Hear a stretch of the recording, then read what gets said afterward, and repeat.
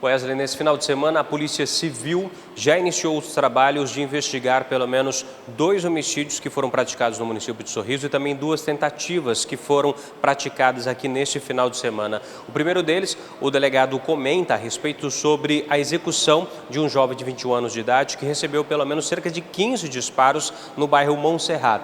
Uma emboscada havia sido feita para ele e a Polícia Civil já tem informações sobre esse crime praticado. Depois de um grande tempo de calmaria, né, nós ficamos 45 dias sem homicídio na cidade de Sorriso, uma marca que a gente fica feliz de ter alcançado, mas a gente sabia que cedo ou tarde o crime voltaria a ocorrer. Né? Na sexta-feira foi cometido um homicídio em desfavor de um rapaz, que tem um longo histórico vinculado ao crime organizado. Esse rapaz foi emboscado, né, foi atraído até um local sob a desculpa de uma negociação e acabou sendo alvejado por diversos disparos de arma de fogo. Esse crime está solucionado, a Polícia Civil já identificou o autor e o mandante e nós estamos em procedimentos já de captura, né? O rapaz está fugindo da gente desde a data do crime. Se a gente não conseguir prendê-lo hoje, vamos postular uma pedido de prisão preventiva ao Poder Judiciário. O delegado também comentou sobre a morte de um rapaz que foi encontrado aos fundos do bairro Jardim Carolina. Ele era proprietário de um Vectra prata, inclusive ele havia sido flagrado já outras vezes com entorpecentes, ele era suspeito de tráfico de drogas, havia sido preso inclusive já por algumas vezes e ele inclusive teve uma participação em uma execução de um rapaz que estava em uma motocicleta. Nós inclusive cobrimos esta reportagem mostrando que um Vectra prata com 4 ocupantes havia atropelado um casal que estava na motocicleta. Eles desceram do veículo e dispararam contra o condutor. A mulher sobreviveu e o rapaz infelizmente faleceu. Este veículo que foi utilizado durante a execução teria sido o mesmo veículo desse rapaz que ele havia cedido para que os criminosos fizessem essa execução. Infelizmente, no sábado teve outro evento, com resultado morte violento. Um homicídio que ainda está em análise, o envolvido, apesar de não ter diversos registros policiais, tem envolvimento com crime organizado, era traficante e também já ventilou aqui como possível autor de um homicídio no ano passado, cometido nesse próprio contexto.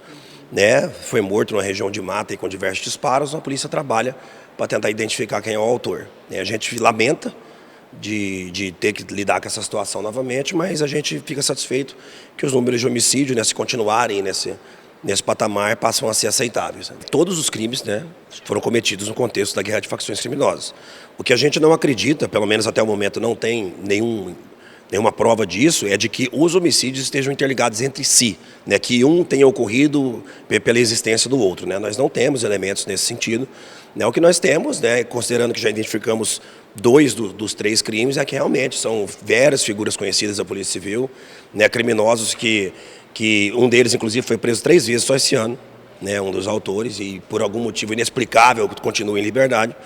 Mas o trabalho da polícia é esse, nós identificamos, vamos atrás do pessoal para prender. Os homicídios que ocorreram nesse final de semana, eles, como vários cometidos nessa guerra de facção, eles ocorrem entre membros, em tese, da mesma facção, porque a partir do momento que eles desconfiam que o membro possa estar pendendo para o outro lado ou comercializando entorpecente que não é o enviado pela facção que pertence, que é o vulgo que eles chamam de cabriteiro, eles acabam cometendo um homicídio. Não se trata de um homicídio típico de membros de facções rivais, mas sim de um homicídio cometido no contexto de guerra de facção pela desconfiança da facção pelos seus próprios membros internos ali. Todos, sem nenhum tipo de exceção, pelo menos no contexto desse final de semana, são vinculados a facções criminosas. É muito raro acontecer um crime na guerra de facções e que morre um inocente. Nós tivemos casos aqui, a Maria Chamele foi um exemplo, o Anderson, mas não é uma coisa comum. Então, por exemplo, de sábado, como eu disse, ele havia emprestado o carro para que o homicídio fosse cometido em 2023, foi encontrado entorpecente no porta-luva, estava comercializando drogas. Então, a gente não está alegando de que a pessoa, por ter envolvimento com o crime, pode ser assassinada. Nós estamos demonstrando o contexto que essas mortes ocorrem, que é esse contexto de guerra de facção. A vítima de sexta-feira tem um imenso histórico criminal, criminoso de pedigree de décadas em Sorriso. Mas cabe à polícia agora realizar a captura. O homicídio de sexta-feira está completamente finalizado, a investigação, pelo menos preliminar. Depois que a gente prender esses envolvidos, nós vamos ver se a gente descobre mais alguma coisa.